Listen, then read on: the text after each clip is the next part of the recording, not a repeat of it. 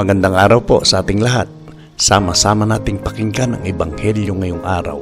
Naway magbigay ito ng liwanag at pag-asa sa ating buhay.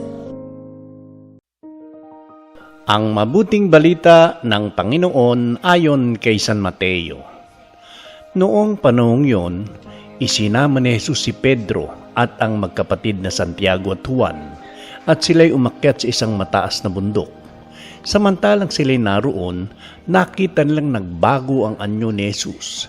Nagliwanag na parang araw ang kanyang mukha at pumuting parang busilak ang kanyang damit. Nakita na lamang at sukat ng tatlong alagad, sina Moises at Elias, na nakikipag-usap kay Jesus. Kaya't sinabi ni Pedro kay Jesus, "Panginoon, mabuti pa'y dumito na tayo. Kung ibig ninyo, gagawa ako ng 3 kubol. Isa sa inyo, isa kay Moises at isa kay Elias." Nagsasalita pa siya nang liliman sila ng isang maningning na ulap. At mula rito'y may tinig na nagsabi, "Ito ang minamahal kong anak, na lubos kong kinalulugdan. Pakinggan niyo siya." Ang mga alagad ay natakot ng gay na lamang nang marinig nila ang tinig at sila'y napasubaso. Ngunit nang nilapitan sila ni Jesus at hinipo, "Tumindi kayo," sabi niya, "huwag kayong matakot."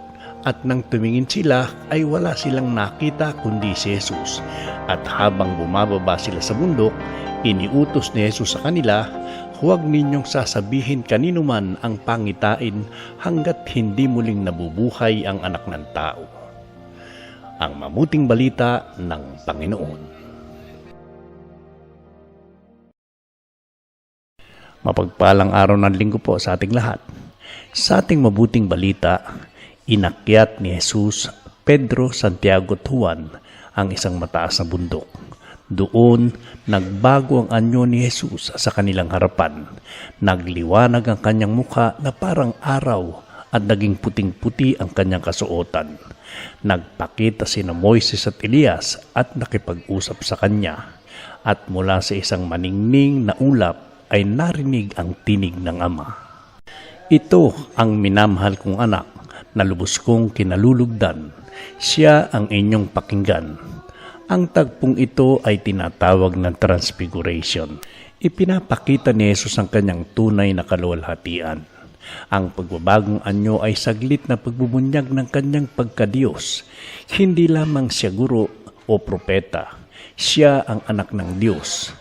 Tulad ng mga alagad, madalas ay nakikita lang natin ang karaniwan, ngunit inaanyayahan tayong makita ang presensya ng Diyos sa mas malalim na paraan. Siya ang inyong pakinggan. Sa gitna ng maraming tinig sa mundo, malinaw ang utos ng Ama. Pakinggan si Jesus. Hindi sapat ang humanga. Kailangan siyang sundin. Ang tunay na pakikinig ay may kasamang pagtitiwala at pagsunod. Matapos ang karanasang ito, bumaba sila sa bundok.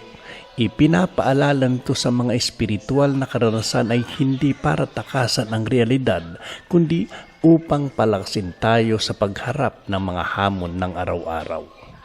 Nang matakot ang mga alagad, hinipo sila ni Jesus at sinabi, "Tumayo kayo at huwag matakot."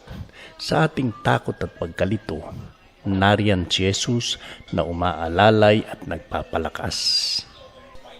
Manalangin tayo.